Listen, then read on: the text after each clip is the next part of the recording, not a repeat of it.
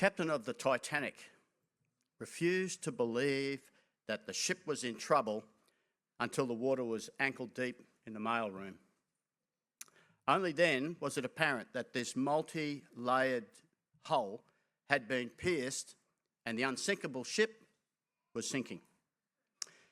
On the basis of that unbelief, ships that could have arrived before the great ocean liner went down weren't summoned until it was too late. The confidence in that ship made people blind to reality. They refused to believe that such a modern and well-designed vessel could actually sink. As the title of this message suggests, there are none so blind as he who will not see. The first year of Bible college for me, I worked one day a week, or one day a fortnight rather, as a carpenter for my father, who was a builder. We were working on a nursing home at the time on the Gold Coast, and because it was such a large job, he'd hired another carpenter as well. I had opportunities to share my faith with this other carpenter, and he told me that he had an open mind to hear what I had to say on the subject. Trouble was, whenever I talked about the faith with him, he happened to raise every possible objection, suggesting that his open mind was more of a smokescreen. You see, there's more in play here than meets the eye. A mind may be open in principle, but that's not what ultimately needs to be open. It's the heart. It's the heart.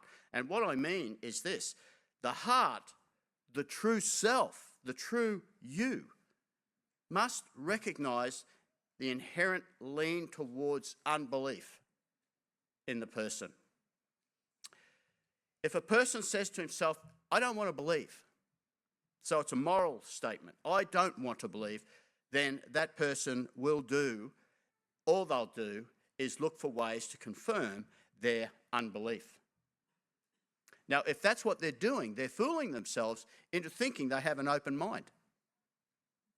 There is really a good saying, and it goes like this: a man convinced against his will is of the same opinion still.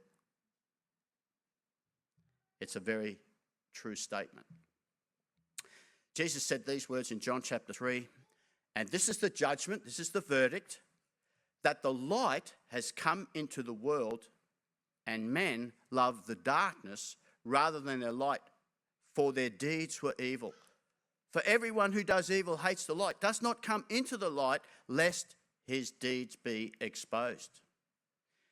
Now, one may think that their deeds are good. Even sometimes they're at least good. But according to Jesus' verdict here, deeds are evil because a person stays away from him. That's the point. Doesn't matter how good a life you live. If God is shut out of it, then according to Jesus, something evil is happening. You see, evil deeds are all kinds of deeds that reflect a rejection of Jesus Christ. There are none so blind as he who will not see. And in this passage today is the testimony of the truth of that saying.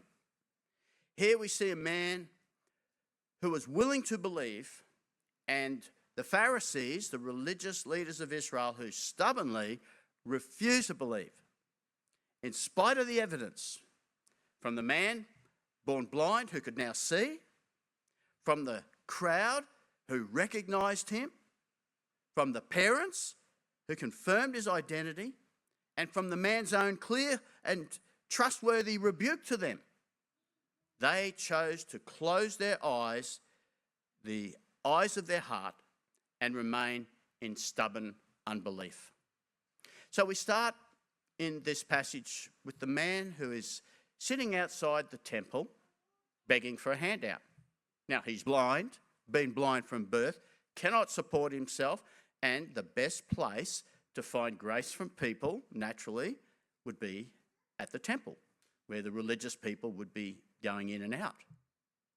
Now, of course, people are more likely to be generous at that location. That's why he's located there. And Jesus' disciples comment on the man and ask Jesus a theological question. Who sinned that this man was born blind? Was it him or was it his parents? And it shows that they had this common understanding that sickness means someone must have done something wrong in their life. They must have sinned. Somebody did something wrong. If you were blind from birth, someone must have done something terribly wrong, committed a terrible sin. But Jesus says no. This blindness was not a punishment. It was an opportunity for God's work to be displayed in his life. So it was a moment to show the world that Jesus is indeed the light of the world, the one who brings the light of salvation into the life of anyone who believes. Jesus then proceeds to make a mud pack, placed it on the man's eyes, and sent him to wash in the pool of Siloam. And just as God sent Jesus to remove the spiritual blindness from people's eyes, he sends the blind man to the pool of Siloam to wash away his physical blindness. The man becomes a living parable, really, of the light of God's salvation in Jesus. But spiritual blindness can only be removed if a person's willing to see. If someone's unwilling, stubborn in their unbelief, no amount of evidence is ever going to be enough.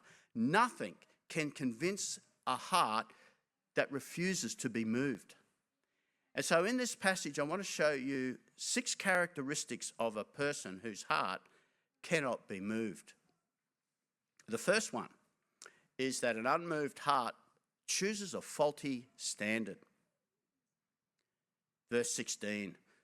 So then some of the Pharisees were saying, this man is not from God because he does not keep the Sabbath. See, the Pharisees were not lacking evidence. A man born blind could now see. But instead of being amazed, they fell back on their rigid rules about Sabbath keeping. They used that as their test, their standard by which they were going to judge Jesus.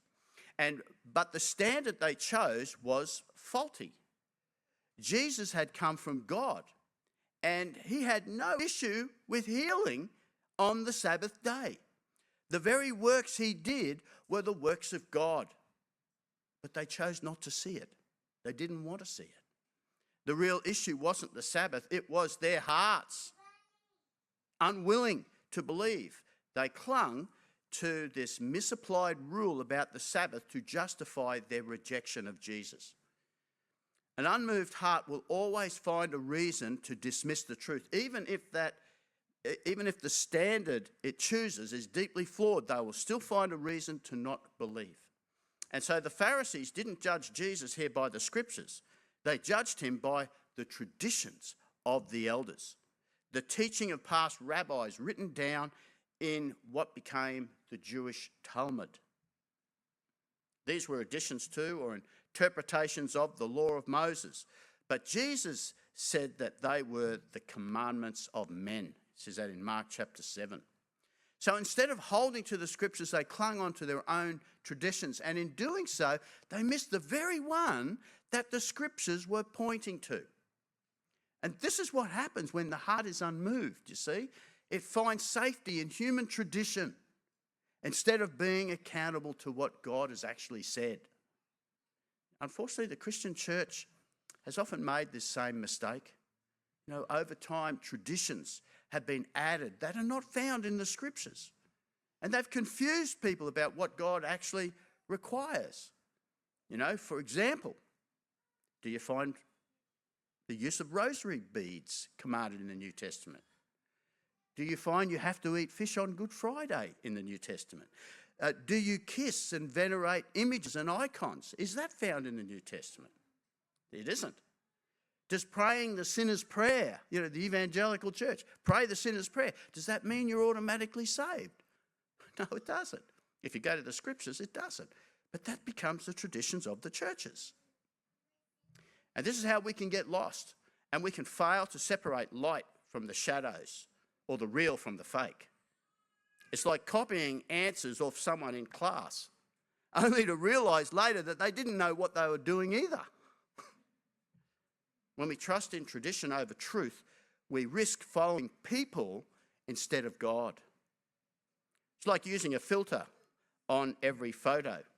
You know, it looks good, but it's not the real you. Tradition can act like a filter, hiding a heart that's not really listening to Jesus. If you follow in this pattern, you may never stop to ask, do I actually believe what Jesus says? You see, God intended the Sabbath to be a day of rest for his people.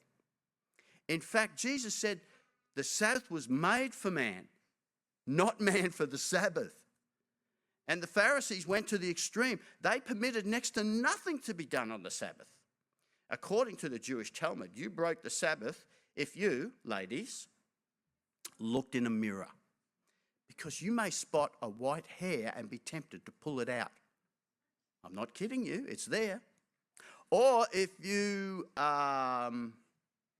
took a bath, you couldn't take a bath on the Sabbath because you might happen to splash water on the floor and it washes it. These things, according to the traditions, were labelled work, and you could not work on the Sabbath, you see. You see, actually, God wanted his people to have a day off from the normal week's work, not to turn it into this massive burden for people. Do you know what actually happens in Israel today, to this very day? They have what's called Sabbath elevators in most high-rise buildings. They automatically go up and down and stopping on every single floor. You don't have to press any buttons. In fact, you're not supposed to press any buttons, because on the Sabbath, pushing buttons, operating a machine is classed as work. Kid you not. So when Jesus healed the blind man on the Sabbath, doing what no doctor can do, what do you expect was going to happen? This man is not from God, they said, because he doesn't keep the Sabbath. The Pharisees rested on this faulty standard of their Sabbath day traditions. By not sticking with what God had said, they carried on in their blindness. Our second point is that the unmoved heart has the appearance of openness, but no evidence is ever good enough. The man who has been blind told them exactly what happened. The proof was right there in front of them, staring them in the face. Some said, he is not from God, but others questioned, how can a sinner do such an incredible miracle? And they say, well, let's investigate this further. So they asked the blind man, or who had been blind, to come in and they see what he thinks. And he answers simply and confidently, this Jesus, he's a prophet. He's a prophet. There's no hesitation in the man, no doubt. He could now see, you see. And what else could he conclude? Of course, prophets were known to be sent by God. God was with them.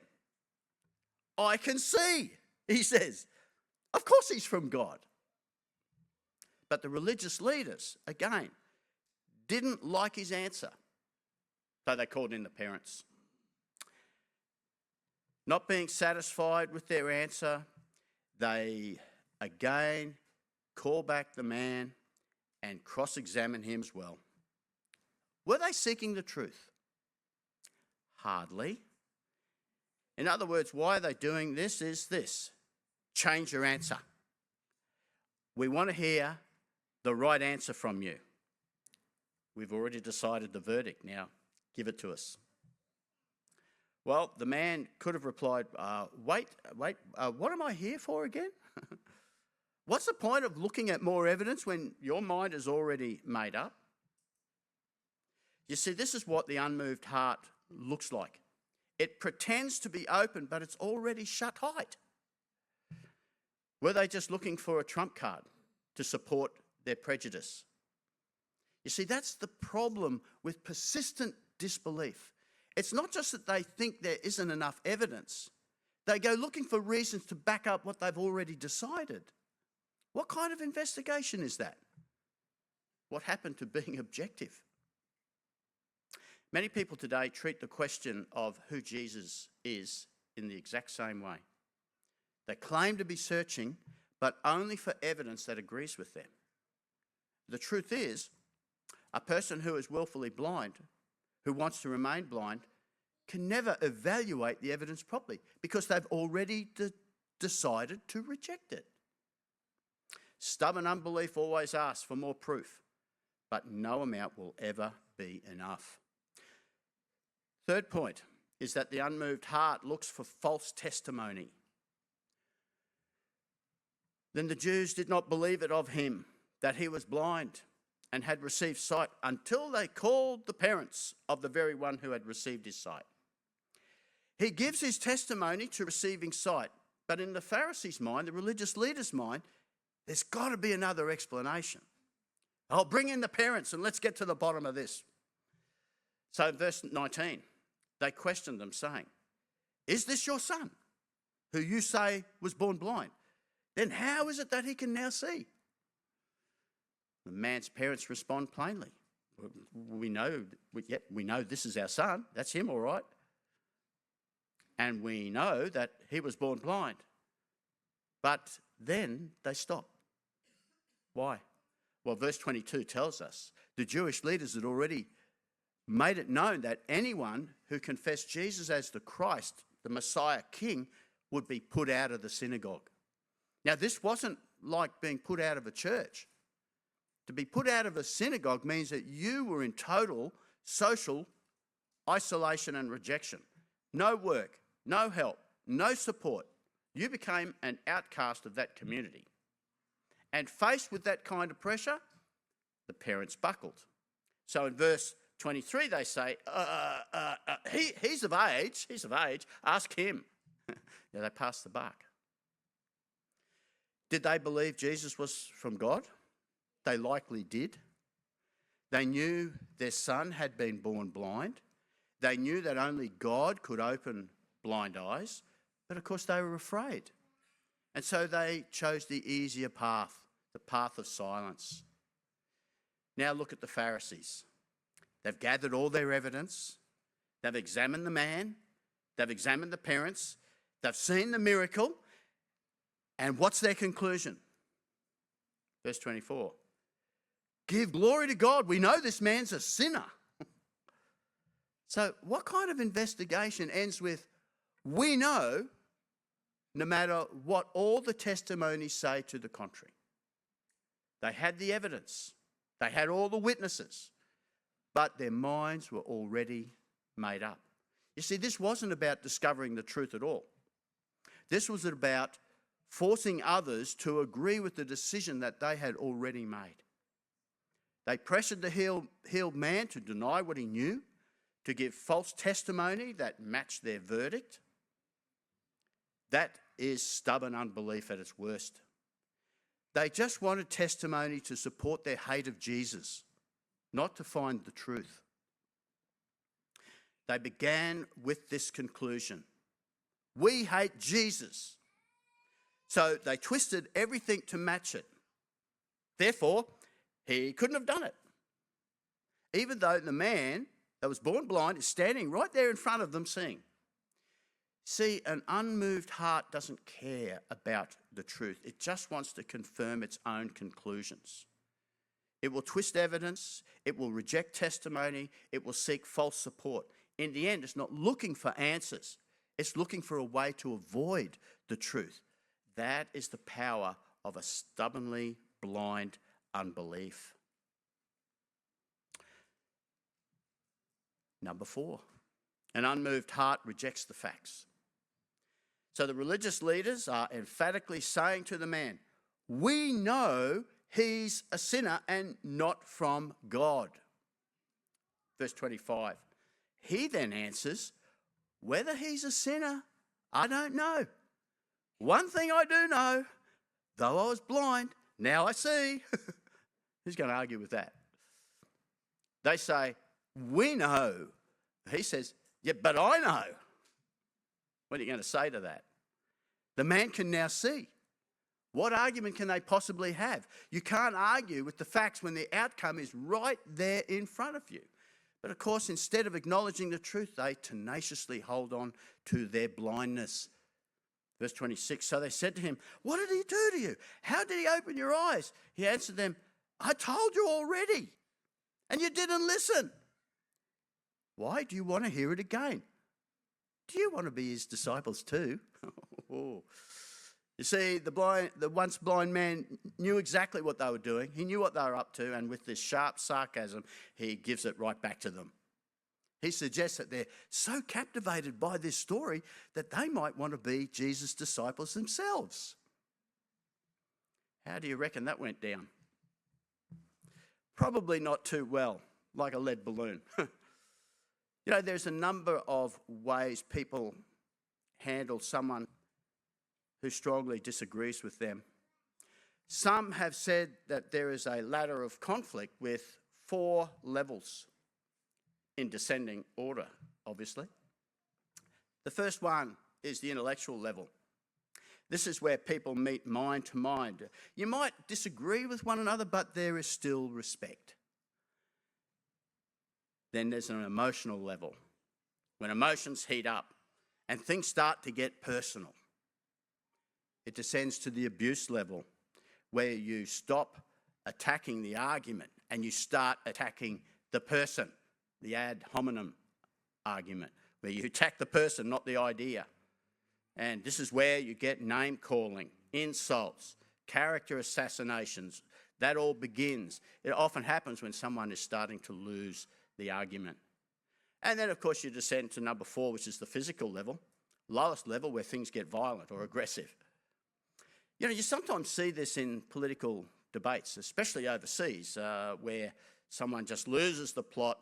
You know, they take their shoe off and they're smashing it on the desk, and they jump the desk and they run over to the other opponent and start hoying into them.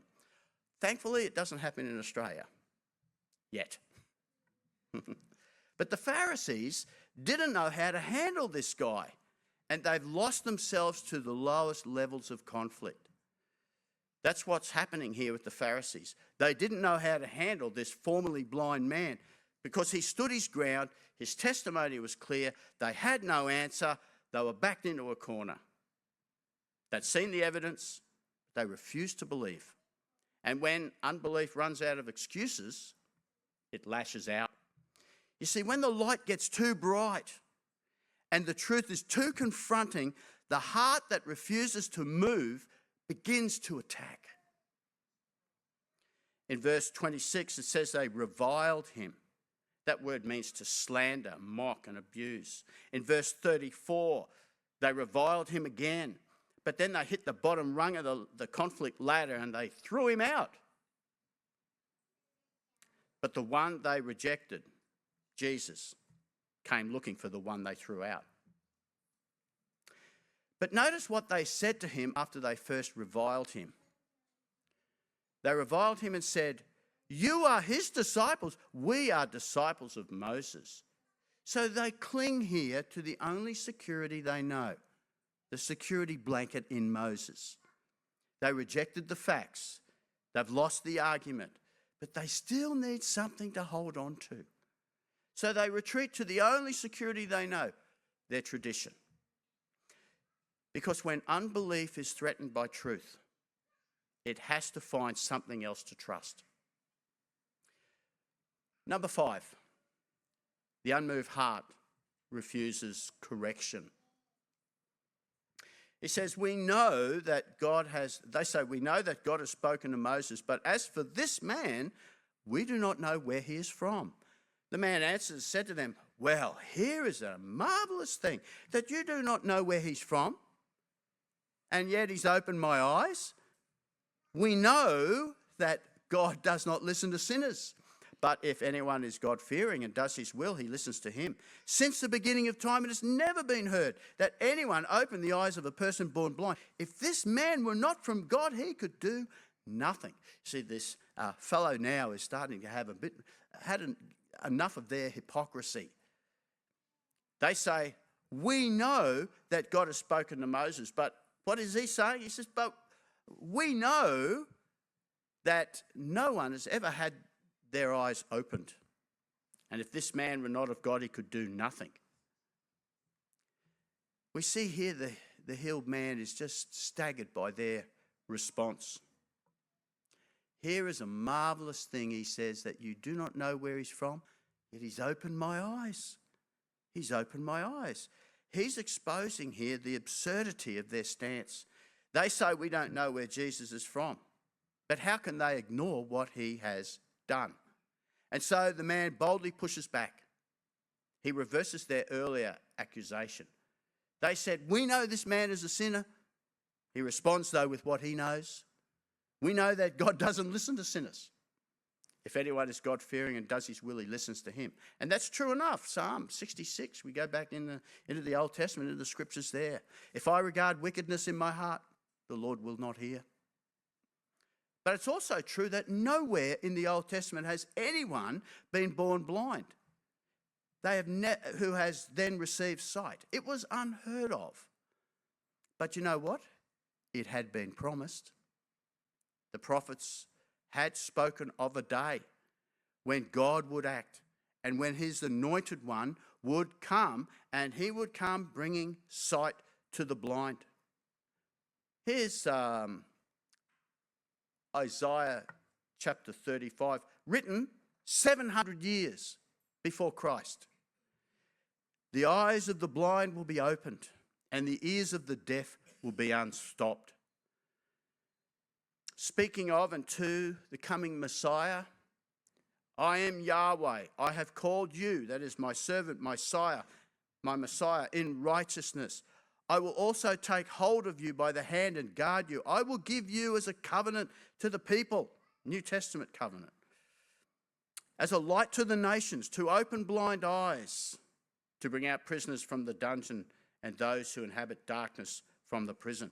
And you know what? Interestingly, Jesus read this very text in the synagogue and said, today this scripture has been fulfilled in your hearing. The man healed of his blindness was experiencing the fulfillment of that promise. But of course, the religious leaders, those who should have known the scriptures, they refused to see it. Since the beginning of time, it has never been heard that anyone opened the eyes of a person born blind. If this man were not from God, he could do nothing. You know, the healed man could see it very clearly. They still couldn't, because the unmoved heart refuses correction, even when the truth is standing right in front of them. They had all the facts. They were faced with a once-in-history miracle. They were corrected with plain truth, but they refused the correction. Why? Because their hearts were already set on what they wanted. You see, unbelief doesn't want correction. It just wants to win. And finally, an unmoved heart is condemned by what it refuses to see. In verse 39, Jesus said, "For judgment I came into the world, so that those who do not see may see, and that those who see may become blind." Jesus is the Christ, the Messiah of God. He's the Son of God. He's the Saviour of the world. And a blind beggar saw it. A man who had never seen a single thing in his life recognised the light of the world. But the religious elite of Israel, who had the scriptures, who had the promises, the covenants, the temple, the law, they refused to see it. There are none so blind as he who will not see. And Jesus reverses their assumptions. The one they thought was blind could now see clearly. Those who were supposed to be leading others in the truth and could see were exposed as blind guides. This is judgment, not the final judgment, but the dividing line. When Jesus shows up, guess what happens? People divide. He shines light, and some receive sight, but others shut their eyes tighter.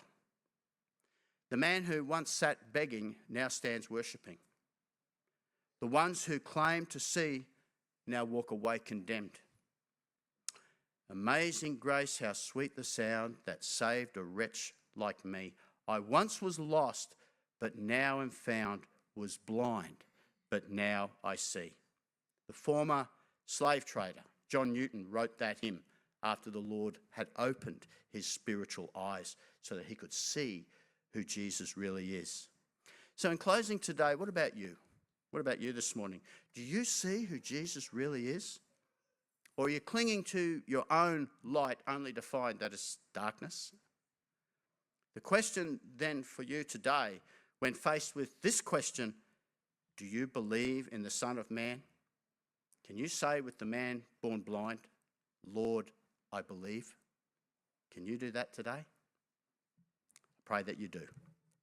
Thanks, Cam.